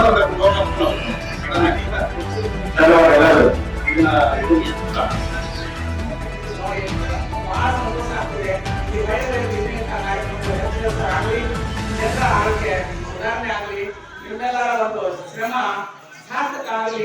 ಈ ಒಂದು ಕೆಲಸ ಮಾಡಲಿಕ್ಕೆ ದೇವರು ಇನ್ನೂ ಹೆಜ್ಜೆ ಕಾರ್ಯಕ್ರಮ ಆಗಲಿ ಅಂತ ಆಸೆ ಮಾಡಿ ಸಮಸ್ಯೆ ಹೇಳ್ತಾ ಇದ್ದೇವೆ ಎಲ್ಲರಿಗೂ. ಈ ಮುಜಾಫರ್ ಡಾಕ್ಟರ್ ಹೋಗಲಿಕ್ಕೆ ಆಗಲಿ, ಎವ್ರಿ ಡಾಕ್ಟರ್ ಹೋಗಲಿಕ್ಕೆ ಆಗಲಿಲ್ಲ. ಓಲ್ಡ್ ಎದುರಿಗೆ ಹೊಸ ಬಿಲ್ಡಿಂಗ್ ದವಾಖಾನೆ ತೆಗೆದಾರ. ನಾನು ಇಲ್ಲಿ ಒಂದು ತಿಂಗಳ ಡೈಜೆಷನ್ ಆಗಲಿಲ್ಲ, ಕಮ್ಯುನಿಟಿಗೆ ಹಾಲು ಊಟನೂ ಹೋಗಲಿಲ್ಲ. ಹಂಗಾಗಿ ಇಲ್ಲಿ ಬೆಂಗಳೂರಲ್ಲಿ ತೋರಿಸಿದೆ, ಹೊಳೆಯೂರಲ್ಲಿ ತೋರಿಸಿದೆ, ಬದಾಮಿ ತೋರಿಸಿದೆ, ಎಲ್ಲಿ ಕಡಿಮೆ ಆಗಲಿಲ್ಲ. ನಿಜವಾಗಿ ನಂಜಪ್ಪಗೌಡ ಅಂತ ಹೋದ ಅದು ಎದಕ್ಕ ಅಲ್ಲೊಂದು ಕೋಟಿನ ಮುದ್ದತ್ತಿತ್ತು. ಇವ್ರು ನಂಬರ್ ನೋಡಿ ಕಟ್ಟಿ ಗೋಲ್ಡ್ ನೋಡಿ ಒಳಗೆ ಹೋಗಿ ನೋಡ್ರಿ ಅಂತಂದ್ರೆ ಗ್ರಾಮೀಣ ಭಾಗದಲ್ಲಿ ಬಹಳ ತೊಂದರೆಗಳಿರ್ತಾವೆ, ಆರೋಗ್ಯ ಸಮಸ್ಯೆ ಇರ್ತವೆ. ಎಲ್ಲರಿಗೂ ಕೆಲಸದ ಒತ್ತಡದಲ್ಲಿ ನಮ್ಮ ರೈತ ರೈತಾಪಿ ಜನಗಳ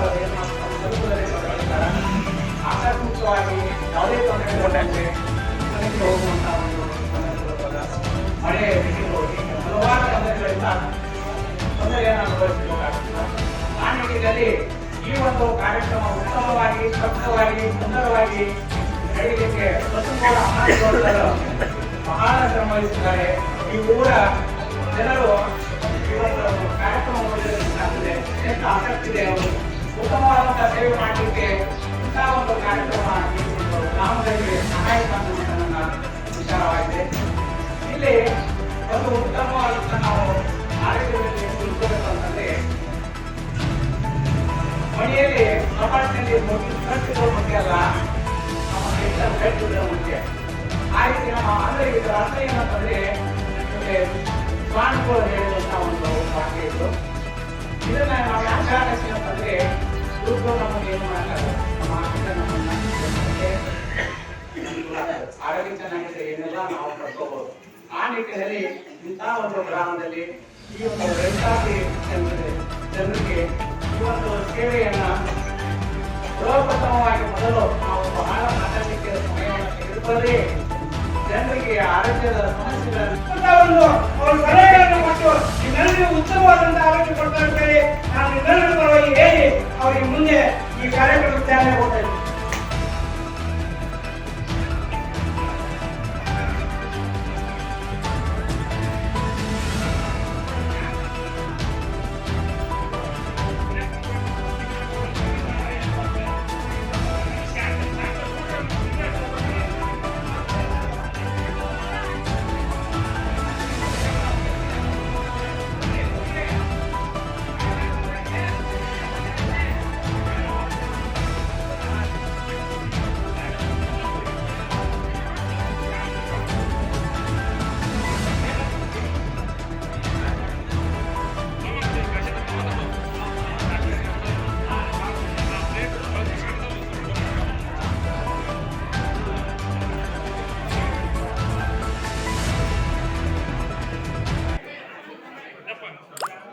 ಮುಂಡರಗಿಯಲ್ಲಿ ತಾಲೂಕು ಮಟ್ಟದ ಎಸ್ಸಿ ಎಸ್ಪಿ ಮತ್ತು ಟಿಎಸ್ಪಿ ಪ್ರಗತಿ ಪರಿಶೀಲನಾ ಸಭೆ ನಡೆಯಿತು.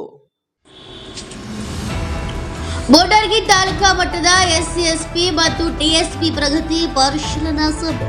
ಹೌದು, ಗದಗ ಜಿಲ್ಲಾ ಮುಂಡರಗಿ ಪಟ್ಟಣದಲ್ಲಿ ಮುಂಡರಗಿಯ ಸಹಾಯಕ ನಿರ್ದೇಶಕ ಸಮಾಜ ಕಲ್ಯಾಣ ಇಲಾಖೆಯ ಸಭಾಂಗಣದಲ್ಲಿ ಕಾರ್ಯನಿರ್ವಾಹಕ ಅಧಿಕಾರಿಗಳ ಅಧ್ಯಕ್ಷತೆಯಲ್ಲಿ ತಾಲೂಕು ಮಟ್ಟದ ಎಸ್ಸಿ ಎಸ್ಪಿ ಮತ್ತು ಟಿಎಸ್ಪಿ ಪ್ರಗತಿ ಪರಿಶೀಲನಾ ಸಭೆಯನ್ನು ನಡೆಸಲಾಯಿತು. ಸಭೆಯ ಅಧ್ಯಕ್ಷತೆ ವಹಿಸಿದ ವಿಶ್ವನಾಥ್ ಓಸ್ಮಾನಿ ಅವರು ತಾಲೂಕಿನ ವಿವಿಧ ಇಲಾಖೆಗಳ ಪ್ರಗತಿಯ ಬಗ್ಗೆ ವಿಚಾರಿಸಲಾಯಿತು. ಕೃಷಿ ಇಲಾಖೆಯ ಸಹಾಯಕ ನಿರ್ದೇಶಕರು ಬಿತ್ತನೆ ಬೀಜಗಳ ವಿತರಣೆಗೆ ಪ್ರಸ್ತುತ ವರ್ಷದ ಎಸ್ಸಿ ವರ್ಗದ ಜನಾಂಗದವರಿಗೆ 2 ಲಕ್ಷ ಮತ್ತು ಎಸ್ಟಿ ವರ್ಗದವರಿಗೆ 1 ಲಕ್ಷ ಬಿಡುಗಡೆಯಾಗಿತ್ತು. 4370 ಎಸ್ಸಿ ಫಲಾನುಭವಿಗಳು ಹಾಗೂ ಎಸ್ಟಿ 2070 ಫಲಾನುಭವಿಗಳಿಗೆ ಆಗಸ್ಟ್ 31ರೊಳಗೆ ಬೀಜ ವಿತರಣೆ ಮಾಡಲಾಗುವುದು ಅಂತ ತಿಳಿಸಿದರು. ತೋಟಗಾರಿಕೆ ಇಲಾಖೆ ಡಬ್ಬಪ್ ಯೋಜನೆಯಡಿ ಬರದೂರು ಡೋಣಿ ಡಂಬಳ ಗ್ರಾಮದವರಿಗೆ ಹನಿ ನೀರಾವರಿಗೆ 35% ಸಹಾಯಧನ ವಿತರಿಸಲಾಯಿತಂತ ತಿಳಿಸಿದರು. ಲೋಕೋಪಯೋಗಿ ಇಲಾಖೆ 2 ಕಾಮಗಾರಿಗಳು 2 ತಿಂಗಳೊಳಗೆ ಪೂರ್ಣಗೊಳಿಸುವಂತೆ ಸಭೆಯ ಅಧ್ಯಕ್ಷ ವಿಶ್ವನಾಥ್ ಎಸ್ಮನಿ ಅವರು ತಿಳಿಸಿದರು. ಮೀನುಗಾರಿಕೆ ಇಲಾಖೆ ಎಸ್ಸಿ ಎಸ್ಟಿ ಅರ್ಹ ಫಲಾನುಭವಿಗಳಿಗೆ ಮೀನಿನ ಬಲೆ ಮತ್ತು ಬುಟ್ಟಿಗಾಗಿ ಆನ್ಲೈನ್ ಅರ್ಜಿ ಕರೆಯಲಾಗಿದ್ದು, ಅರ್ಜಿ ಸಲ್ಲಿಸಲು ಕೊನೆಯ ದಿನಾಂಕ 30/9/2024 ಆಗಿದೆ. ಅರ್ಹ ಫಲಾನುಭವಿಗಳಿಗೆ ಅರ್ಜಿ ಸಲ್ಲಿಸಲು ತಿಳಿಸಿದರು. ಪರಿಶಿಷ್ಟ ಜಾತಿ ಪರಿಶಿಷ್ಟ ಪಂಗಡ ಬಿಡುಗಡೆಯಾಗಿರುವ ಅನುದಾನವನ್ನ ಜನಾಂಗದವರಿಗೆ ಸೌಲಭ್ಯನ ಕಲ್ಪಿಸಬೇಕಂತ ಮಾರ್ಗಸೂಚಿಯಲ್ಲಿ ತಿಳಿಸಿದರು. ಹಾಗೂ ನಂತರ ಮಾತನಾಡಿ ಸೆಪ್ಟೆಂಬರ್ 15ರಂದು ವಿಶ್ವ ಪ್ರಜಾಪ್ರಭುತ್ವ ದಿನಾಚರಣೆ ಅಂಗವಾಗಿ ಮಾನವ ಸರಪಳಿ ನಿರ್ಮಾಣ ಕುರಿತು ಹಾಗೂ ತಮ್ಮ ಅಧೀನದಲ್ಲಿ ಕಾರ್ಯನಿರ್ವಹಿಸುತ್ತಿರುವ ಎಲ್ಲ ಸಿಬ್ಬಂದಿಗಳಿಗೆ ಕಡ್ಡಾಯವಾಗಿ ಹಾಜರಿದ್ದು ಕಾರ್ಯಕ್ರಮವನ್ನು ಯಶಸ್ವಿಗೊಳಿಸಬೇಕಂತ ತಿಳಿಸಿದರು. Arjun Osmani, NK64 news bureau, Mundargi. ಚಳ್ಳಕೆರೆಯ ನಗರಸಭೆಗೆ ನೂತನ ಅಧ್ಯಕ್ಷರಾಗಿ ಜೈತುಂಬಿ ಆಯ್ಕೆ. ನಗರಸಭೆ ನೂತನ ಅಧ್ಯಕ್ಷರಾಗಿ ಜೈತುಂಬಿ ಆಯ್ಕೆ. ಹೌದು, ಕಾಂಗ್ರೆಸ್ ಪಕ್ಷದ ಅಧಿಕಾರದ ಚುಕ್ಕಾಣಿಗೆ ಶಾಸಕ ಟಿ ರಘುಮೂರ್ತಿ ಶ್ರಮ.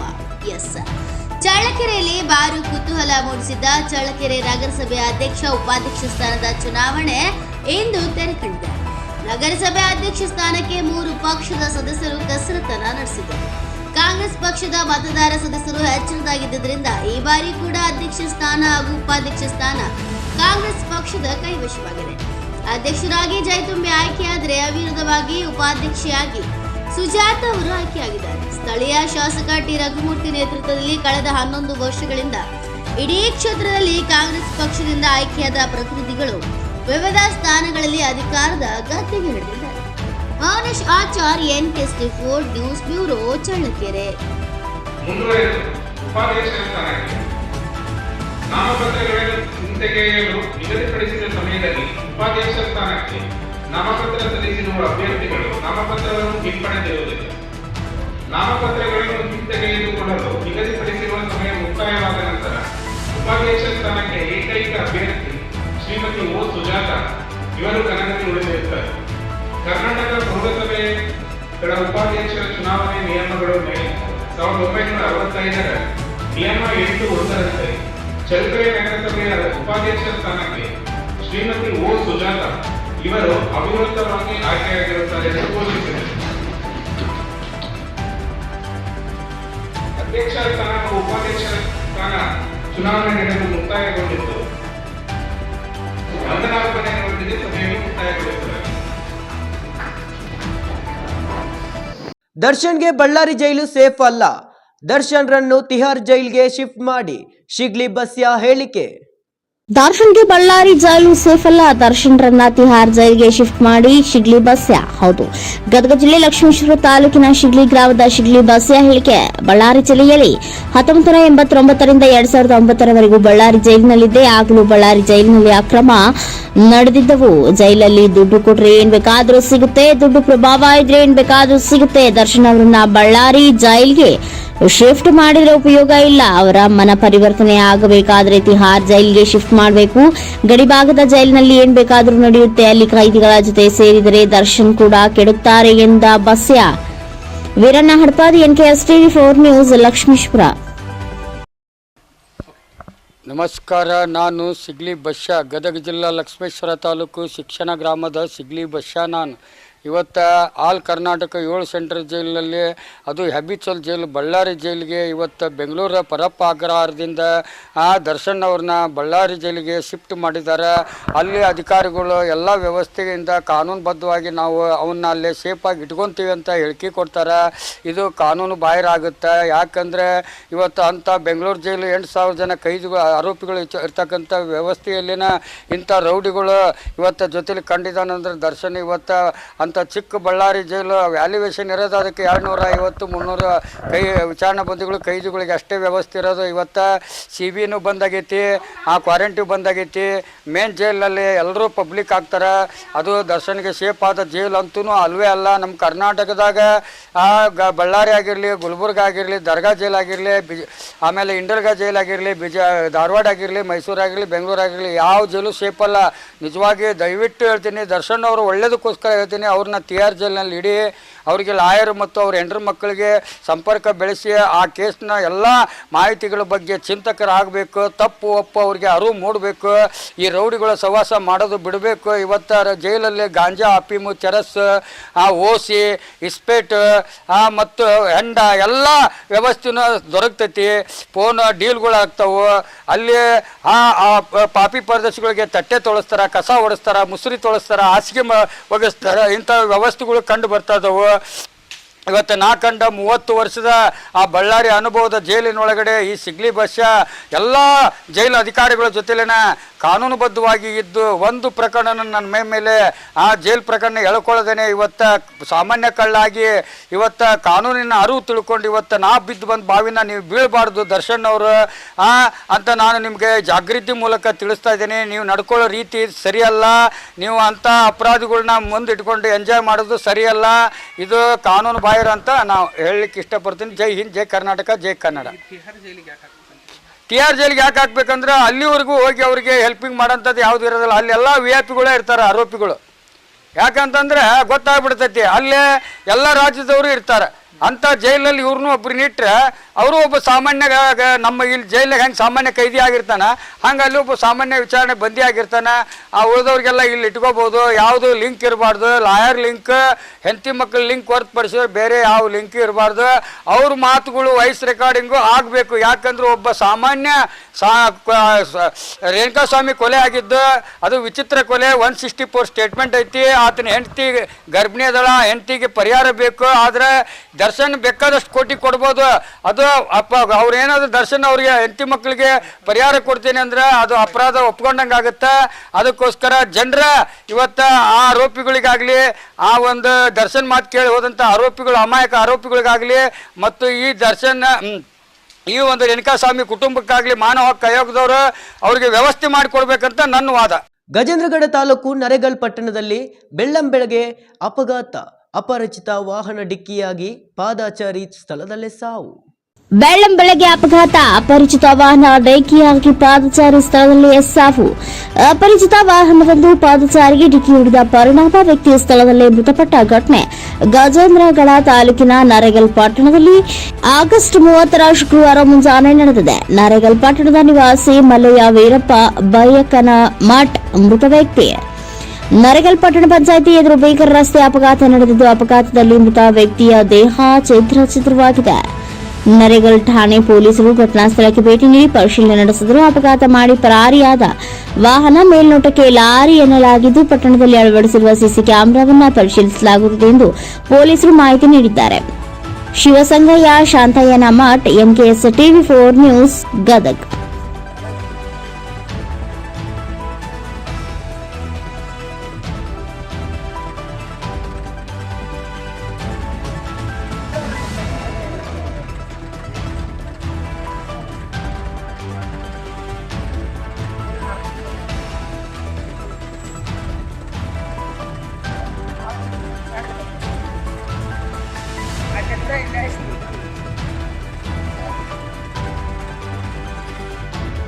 ರೋಣ ಶಾಸಕ ಜಿಎಸ್ ಪಾಟೀಲ್ ಹೇಳಿಕೆ ಖಂಡಿಸಿ ಗದಗದಲ್ಲಿ ಬಿಜೆಪಿ ವತಿಯಿಂದ ಪ್ರತಿಭಟನೆ ಮಾಡಲಾಯಿತು.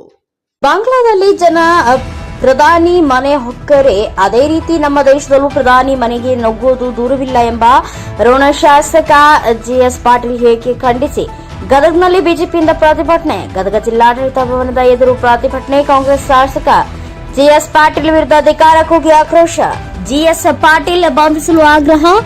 ದೇಶದ್ರೋಹಿ ಜಿಎಸ್ ಪಾಟೀಲ್ ಅಂತ ಕಿಡಿ. ಗದಗ ಹುಬ್ಬಳ್ಳಿ ರಸ್ತೆ ತಡೆ ನಡೆಸಿ ಮಾನವ ಸರಪಳಿ ನಿರ್ಮಿಸಿ ಆಕ್ರೋಶ. ರಸ್ತೆ ತಡೆ ನಡೆಸಿದ್ರಿಂದಾಗಿ ಕೆಲ ಹೊತ್ತು ಸಂಚಾರ ಅಸ್ತವ್ಯಸ್ತ. ಸಾಲುಗಟ್ಟಿ ನಿಂತ ವಾಹನಗಳು. ಪೊಲೀಸರಿಂದ ಮನವೊಲಿಕೆ ಕಾರ್ಯ. ಮನವೊಲಿಕೆಗೆ ಬಗ್ಗದ ಬಿಜೆಪಿ ಕಾರ್ಯಕರ್ತರು. ಪೊಲೀಸರೊಂದಿಗೂ ವಾಗ್ವಾದ. ಜಿಲ್ಲಾಧಿಕಾರಿಗಳ ಮೂಲಕ ಮನವಿ ಸಲ್ಲಿಕೆ. ವಿಧಾನ ಪರಿಷತ್ ಸದಸ್ಯ ಎಸ್ವಿ ಸಂಕನೂರ್, ಬಿಜೆಪಿ ಜಿಲ್ಲಾಧ್ಯಕ್ಷ ರಾಜೀವ್ ಕುರಡಗಿ, ಯುವ ಮೋರ್ಚಾ ಜಿಲ್ಲಾಧ್ಯಕ್ಷ ಸಂತೋಷ್ ಅಕ್ಕಿ, ಮುಖಂಡರಾದ ಎಂಎಸ್ ಕರಿಗೌಡರು, ವಿ ದಂಡಿನ, ಶಶಿಧರ್ ದಿಂಡೂರ್, ರಮೇಶ್ ಸಜಗಾರ್, ಚಂದ್ರು ತಡಸದ್, ಪ್ರಕಾಶ್ ಅಂಗಡಿ ಸೇರಿದಂತೆ ಇತರ ಕಾರ್ಯಕರ್ತರು ಭಾಗಿ. ಕ್ಯಾಮರಾಮ್ಯಾನ್ ಜಗದೀಶ್ ಜೊತೆ Ashok Hoogar, NKS TV 4 news, Gadag.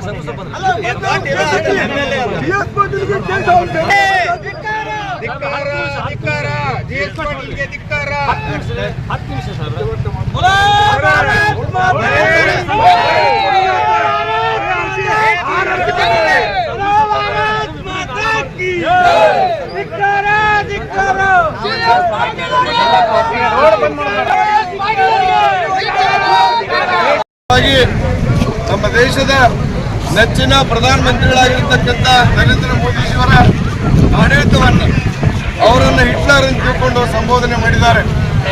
ಇವತ್ತು ಇಡೀ ದೇಶದ ಜನ ಇವತ್ತು ನರೇಂದ್ರ ಮೋದಿಜಿಯವರ ಆಡಳಿತವನ್ನ ಮೆಚ್ಚಿಕೊಂಡಾರ. ನಮ್ಮ ದೇಶದ ಜನ ಅಲ್ಲ, ಇಡೀ ಜಗತ್ತು ಅವರು ಆಡಳಿತವನ್ನ ಮೆಚ್ಚಿಕೊಂಡಾರ. ಹೆತ್ತ ತಾಯಿಯನ್ನೇ ಕೊಲೆ ಮಾಡಿದ ಮಗ.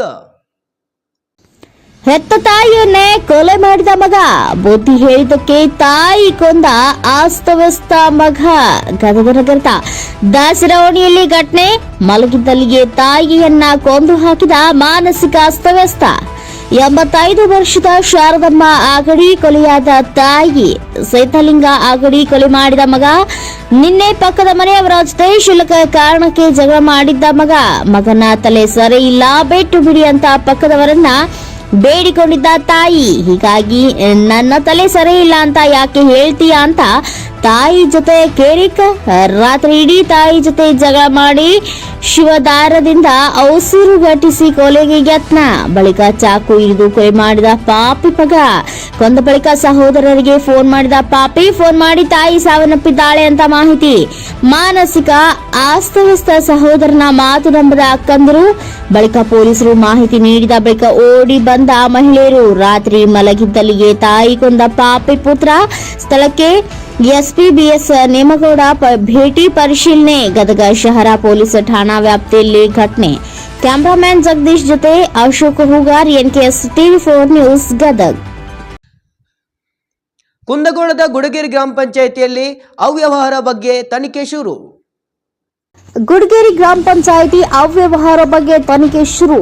ಧಾರವಾಡ ಜಿಲ್ಲೆ ಕುಂದಗೋಳ ತಾಲೂಕಿನ ಗುಡಗೇರಿ ಗ್ರಾಮ ಪಂಚಾಯಿತಿ ಪಿಡಿಒ ಎಕೆ ಧರ್ಮಣ್ಣ ಅವರು ಇದ್ದಾಗ 92 ಲಕ್ಷ ರೂಪಾಯಿಗಳ ಅವ್ಯವಹಾರ ಆಗಿದೆ ಎಂದು ಗ್ರಾಮ ಪಂಚಾಯತ್ ಸದಸ್ಯರು ಆಗ್ರಹಿಸಿದರು. ಕುಂದಗೋಳ ತಾಲೂಕು ಗುಡಗೇರಿ ಗ್ರಾಮ ಪಂಚಾಯಿತಿಯಲ್ಲಿ ಅವ್ಯವಹಾರ ಬಗ್ಗೆ ತನಿಖೆ ಶುರು ಮಾಡುತ್ತೇವೆ.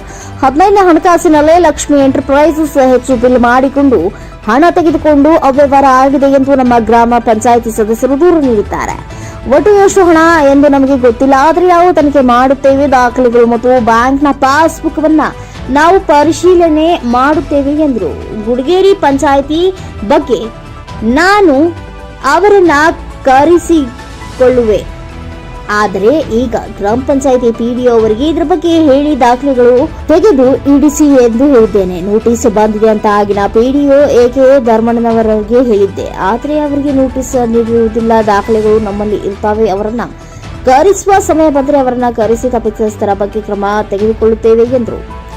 ಕಿರಣ್ ಗೌಡ, ತುಪ್ಪದ ಗೌಡರ್, ಎನ್ಕೆಎಸ್ ಟಿವಿ4 ನ್ಯೂಸ್, ಹುಬ್ಬಳ್ಳಿ. ಸರ್, ಗುಡಗೇರಿ ಗ್ರಾಮ ಪಂಚಾಯತ್ ಸರ್ ಸಾಕಷ್ಟು ಅವ್ಯವಹಾರ ಆಗಿದೆ ಅಂತ ತನಿಖೆಗೆ ಆರೋಪಿಸಿದ್ದಾರೆ. ಏನು ಸರ್? ಹೌದ್ರಿ, ಮಾನ್ಯ ಅಪರ ನಿಬಂಧಕರು ಲೋಕಾಯುಕ್ತರವರ ಒಂದು ಪತ್ರ ನಮಗೇನು 8ನೇ ತಾರೀಕಿಗೆ ಬಂದಿದೆ, 8/8ಕ್ಕೆ. ಅದರಂತೆ ನಾವು ಪಂಚಾಯತ್ ಅಭಿವೃದ್ಧಿ ಅಧಿಕಾರಿಗಳಿಗೆ ಒಂದು ಪತ್ರವನ್ನು ಬರೆದಿದ್ದೀವಿ. ಯಾರಂತಂದರೆ ಅಶೋಕ್ ದೊಡ್ಡಮಲ್ಲಪ್ಪ ತಿರ್ಲಾಪುರ ಇವರು ಮತ್ತು ಇತರರು ಅಂತಿದೆ. ಅದು ಲೋಕಾಯುಕ್ತರು ಬರೆದಿದ್ದಾರೆ. ಅದನ್ನೇ ಮಾನ್ಯ ಲೋಕಾಯುಕ್ತರು ಬೆಂಗಳೂರವರು ನಮಗೆ ಅದನ್ನ ಸಂಪೂರ್ಣವಾಗಿ ತನಿಖೆ ಮಾಡಿ ಆ ವರದಿಯನ್ನು ಕೊಡ್ರಿ ಅಂತ ಹೇಳಿ ಕೊಟ್ಟಿದ್ದಾರೆ. ಅದರಂತೆ ನಾನು 27/8ಕ್ಕೆ ಪಿಡಿಒ ಲೆಟರ್ ಬಂದಿನಿ. ಆ್ಯಕ್ಚುಲಿ ಇವತ್ತು ತನಿಖೆ ಹೋಗಿದ್ದೀನಿ. ನಾನು ಜಿಲ್ಲಾ ಪಂಚಾಯತಿಯಿಂದ ಅಧಿಕಾರಿ ಅವರು ಬರೋದ್ರಿಂದ ನಾನು ಇವತ್ತು ಮಧ್ಯಾಹ್ನದಾಗ ಅಲ್ಲಿ ಎನ್ಕ್ವೈರಿ ಮಾಡಿ ಹೋಗ್ತೀನಿ. ಏನಪ್ಪ ಉದ್ದೇಶ ಏನಪ್ಪ ಅಂತಂದರೆ 15ನೇ ಹಣಕಾಸಿನಲ್ಲಿ ಏನೋ ಲಕ್ಷ್ಮಿ ಎಂಟರ್ಪ್ರೈಸ್ ಹುಬ್ಬಳ್ಳಿಯವರ ಅಲ್ಲಿ ಅಂಗಡಿಯಲ್ಲಿ ಡಬಲ್ ಬಿಲ್ ಮಾಡಿಕೊಂಡಿದ್ದಾರೆ. ಆನಂತರ ನಿಧಿ ಒಂದರಿಂದ ಸಹಿತ ಸಾಕಷ್ಟು ವ್ಯವಹಾರ ಮಾಡಿದ್ದಾರೆ ಅಂಥೇಳಿ ಲೋಕಾಯುಕ್ತರು ಅರ್ಜಿ ಕೊಟ್ಟಿದ್ದನ್ನು ಅವರು ಆದಷ್ಟು ಬೇಗ ಅದನ್ನ ಎನ್ಕ್ವೈರಿ ಮಾಡಿ ವರದಿ ಕೊಡಿ ಅಂತ ಹೇಳಿದ್ದಾರೆ. ಹಾಗಾಗಿ ನಾನು ಇನ್ನು 2 ಅಥವಾ 3 ದಿನದಲ್ಲಿ ಅಲ್ಲಿ ಹೋಗಿ ಸುದೀರ್ಘವಾದಂಥ ಒಂದು ವರದಿಯನ್ನು ತಯಾರಿಸಿ ಏನಾಗಿದೆ ಅನ್ನೋದನ್ನ ಯಥಾಸ್ಥಿತಿಯನ್ನು ಮಾನ್ಯ ಲೋಕಾಯುಕ್ತರಿಗೆ ನಾನು ಆ ಪರಿಶೀಲನಾ ವರದಿಯನ್ನು ಕೊಡ್ತೀನಿ. ಸರ್, ಒಟ್ಟು ಎಷ್ಟು ಅಮೌಂಟ್ ಸರ್? ನಮಗೆ ಮಾಹಿತಿ ಅಂತಿದೆ ಇಲ್ಲ, ಅದ್ರ ಬಗ್ಗೆ ನನಗೆ ಐಡಿಯಾ ಇಲ್ಲ. ಯಾಕಂದರೆ ನಾನು ಇನ್ನೂ ಆ ಪಂಚಾಯತಿಗೆ ಎನ್ಕ್ವೈರಿಗೆ ಹೋಗಿಲ್ಲ. ಇವತ್ತು ಮಧ್ಯಾಹ್ನ ಮೇಲೆ ಹೋಗ್ತೀನಿ. ಸರ್, ಒಟ್ಟು 92 ಲಕ್ಷ ರೂಪಾಯಿ ಅಂತ ಗ್ರಾಮ ಪಂಚಾಯತ್ ಸದಸ್ಯರು ಆರೋಪಿಸಿದ್ದಾರೆ.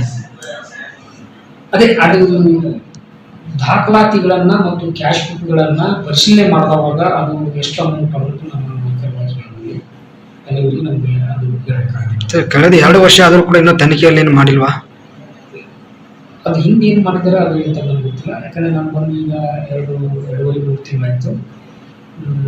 ನಾನು ಹೋಗಿ ಅದನ್ನು ತನಿಖೆ ಮಾಡಿ ರಿಪೋರ್ಟ್ ಸರ್ ಆಗಿನ ಗ್ರಾಮ ಪಂಚಾಯತ್ ಇದ್ದಂಥ ಪಿ ಡಿ ಅವ್ರಿಗೆ ಏನು ನೋಟಿಸ್ ಕಳಿಸ್ತೀರಾ, ಏನು ಮಾಡ್ತೀರಾ ಅವರಿಗೆ ಕ್ರಮ? ಅವರಿಗೆ ನಾವು ಆ್ಯಕ್ಚುಲಿ ಒಂದು ಬೇರೆ ಈ ಎರೆಬುದಿಹಾಳ ಕೇಸ್ನಲ್ಲಿ ಆ ಪಂಚಾಯತಿಯಲ್ಲಿ ಪಿ ಡಿ ಅವರು ಇದ್ದಾವಾಗ ಎನ್ ಎ ಪ್ಲಾಟಿಗೆ ಸಂಬಂಧಪಟ್ಟಂಗೆ ಅವರಿಗೆ ನಾನು ನೋಟಿಸ್ ಕೊಟ್ಟು ಕರೆಸಿ ಅದನ್ನು ಮೊನ್ನೆ ಸರಿಪಡಿಸಿದ್ದು ಉಂಟು. ಬಟ್ ಈ ವಿಷಯವಾಗಿ ನಾನೇನು ಕರೆಸಿಲ್ಲ ಅವರಿಗೆ. ಬಟ್ ಈ ಸದ್ಯ ಇರತಕ್ಕಂಥ ಹಾಲಿ ಪಿ ಡಿ ಅವರಿಗೆ ಈ ರೀತಿ ಹಿಂಗೆ ಏನು ಆ ಅವಧಿಯಲ್ಲಿ ಆಗಿರ್ತಕ್ಕಂಥ ದಾಖಲಾತಿಗಳನ್ನು ತೆಗೆದಿದ್ದೀರಿ, ನಾ ಬಂದು ಪರಿಶೀಲನೆ ಮಾಡ್ತೀನಿ ಅಂತ ಹೇಳಿದ್ದೀನಿ. ಬಟ್ ಅವರಿಗೆ ನಾನು ಹಿಂದೆ ಇರ್ತಕ್ಕಂಥ ಏನು ಧರ್ಮಣ್ಣ ಕೆ ಅಂತೇಳಿ ಪಿ ಡಿ ಅವರಿದ್ರಲ್ಲ, ಈಗ ಅವರು ದಾವಣಗೆರೆಗೆ ಹೊರಗಾಗಿದ್ದಾರೆ. ಅವರಿಗೆ ನಾನು ಇದ್ರ ಬಗ್ಗೆ ಅಂದರೆ ಲೆಟರ್ ಬಂದಿದೆ ಅಂತ ಗಮನಕ್ಕೆ ಅವನಿಗೆ ನಾನು ಹೇಳಿದ್ದೀನಿ ಪಿ ಡಿ ಅವರಿಗೆ. ಬಟ್ ನೀನು ಬಾರಪ್ಪ ಅಂತೇಳಿ ನಾನೇನು ಲೆಟರ್ ಏನು ಮಾಡಿಲ್ಲ ಅವನು. ನೋಟಿಸ್ ಏನು ಕಳಿಸಿ ಸರ್? ನೋಟಿಸ್ ಈಗ ಹಾಗೆ ದಾಖಲಾತಿಗಳು ಇಲ್ಲೇ ಇರ್ತಾವಲ್ಲ, ದಾಖಲಾತಿಗಳು ನಮಗೆ ಇಂಪಾರ್ಟೆಂಟ್. ಅವರನ್ನ ಕರೆಸುವಂತ ಸಂದರ್ಭ ಬಂದ್ರೆ ಫೋನ್ ಮುಖಾಂತರ ಅಥವಾ ಲೆಟರ್ ಹಾಕಿ ನಾ ಕರೆಸ್ತೇನೆ ಅವ್ರು. ಸರ್ ಅಂಗಡಿ ಏಜೆನ್ಸಿ ಏನು ಥರ ಏನು ಮಾಡ್ತೀರಾ? ಏನಾಯ್ತು ಅಂಗಡಿ ಏಜೆನ್ಸಿ ಸರ್? ಅದೇ ಆ ಅಂಗಡಿ ಏಜೆನ್ಸಿಯಲ್ಲಿ ಎಷ್ಟು ಪೇಮೆಂಟ್ ಆದ ಲಕ್ಷ್ಮಿ ಎಂಟರ್ಪ್ರೈಸ್ ಹುಬ್ಬಳ್ಳಿ ಅವರು ಏನೋ ಕೊಟ್ಟಿದ್ದಾರಂತ ಅವರು. ಈಗ ಅದೇ ನಾನು ಎನ್ಕ್ವೈರಿ ಮಾಡುವಾಗ ಅದು ಏನು ಕ್ಲಾರಿಟಿ ಸಿಗುತ್ತೆ ಅನ್ನೋದು ನಾನು ಅವಾಗ ಹೇಳ್ತೀನಿ. ಸರ್ ಲಕ್ಷ ಅಮೌಂಟ್ ಒಂದೇ ಅಕೌಂಟಿಗೆ ಒಂದೇ ಕಂಪ್ನಿ ಹೆಂಗೆ ಕಳಿಸ್ತಾರೆ ಸರ್? ಅದು ಯಾವ ಉದ್ದೇಶ ಏನು ಅನ್ನೋದನ್ನ ನಾವು ವೆರಿಫೈ ಮಾಡಿದ್ರೆ ಗೊತ್ತಾಗುತ್ತೆ. ಸರ್ ಎರೆಬುದಾಳ ಏನಂತ ಅದು ಗ್ರಾಮ ಪಂಚಾಯತಿಯಲ್ಲಿ ಅವರೇ ಇದ್ದಾರೆ ಅಂತ ಅದು ಮತ್ತು ಕೂಡ ಆರೋಪಿಸಿದ್ದಾರೆ. ಅಲ್ಲಿ ಹೋದವಾಗ ಅದೊಂದು ಇಶ್ಯೂನೇ ಬೇರೆ ಇತ್ತು. ಅಲ್ಲಿ ಎನ್ ಎ ಪ್ಲಾಟ್ಗೆ ಸಂಬಂಧಪಟ್ಟಂಗೆ ಇತ್ತು. ಅದನ್ನು ನಾವು ಇಶ್ಯೂ ಸಾರ್ಟ್ ಔಟ್ ಮಾಡ್ಕೊಂಡಿದ್ದೀವಿ.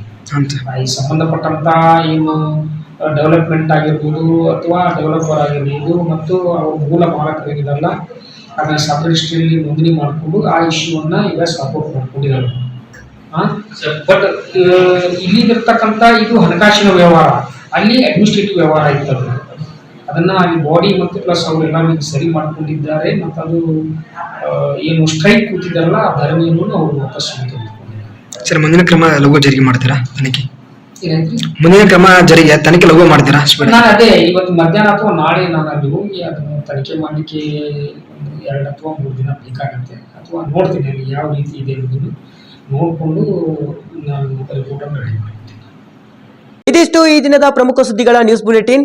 ನಿರಂತರ ಸುದ್ದಿಗಳಿಗಾಗಿ ನೋಡ್ತಾ ಇರಿ NKS TV4. ಇದು ನಿರಂತರ ಕಾರ್ಯಪಡೆ.